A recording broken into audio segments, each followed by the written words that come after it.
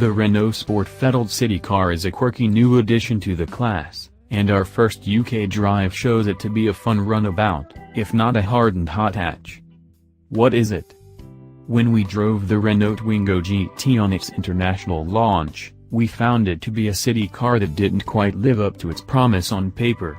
The thought of a rear-engined, rear-wheel drive Renault Sport-fettled pocket rocket had expectations soaring, but the reality wasn't quite so dramatic. But let's be clear, the Twingo GT is not technically a fully-fledged Renault Sport model.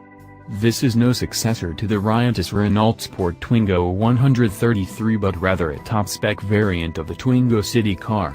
Don't dismiss it as a limp new trim level though, because the revisions to it are significant. It could cope with the smooth French asphalt we tested it on, but we're driving the car in the UK to see how these suspension revisions cope with our roads. What's it like? Those adjustments definitely make it feel quicker, and there's no doubt that this is the most entertaining version of the Twingo you can buy.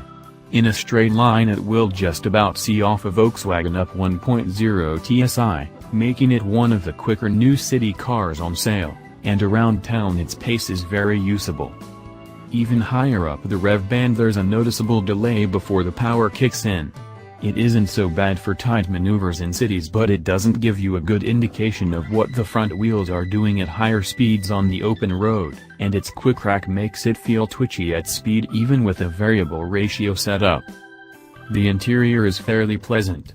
The tall body provides lots of headroom for the front too, but adults won't be especially comfy in the back.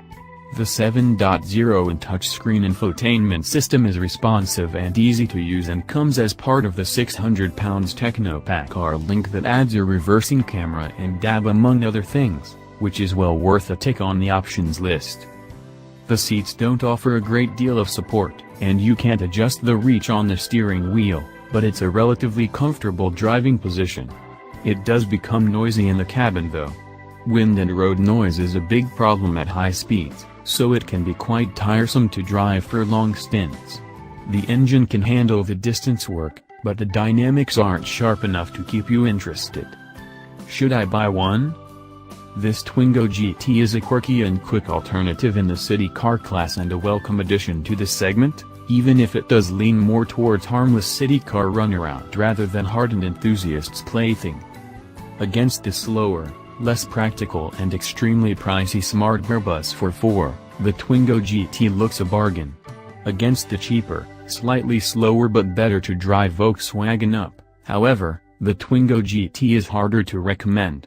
If you want a warm city runaround, then it would also be worth stretching your budget, for less than £1,000 extra, to a Suzuki Swift Sport, or a little bit more to a Ford Fiesta ST line with a characterful 1.0-liter EcoBoost engine. Plus, the Up, which is slated for a 2018, promises a lot judging from our early prototype drive, so competition is said to get even tougher. The bottom line is, while the Twingo GT is a likable city car, it doesn't offer the impressive warm hatch driving dynamics that many of its rivals do. Renault Twingo GT. Location: Gloucester, on sale now, price £13,755, engine 3 sills, 898cc, turbocharged, petrol, power 109 bhp at 5,750 revolutions per minute, torque 125 pounds-foot at 2,000 revolutions per minute, gearbox 5-SPD manual, curb weight 1,001 kilograms. 0 to 62 miles per hour 9.6 seconds, top speed 113 miles per hour, economy 54.3 miles per gallon, combined, CO2 rating, big tax band 115 grams/km, 20% rivals Smart Airbus 4x4, Volkswagen Up 1.0 TSI.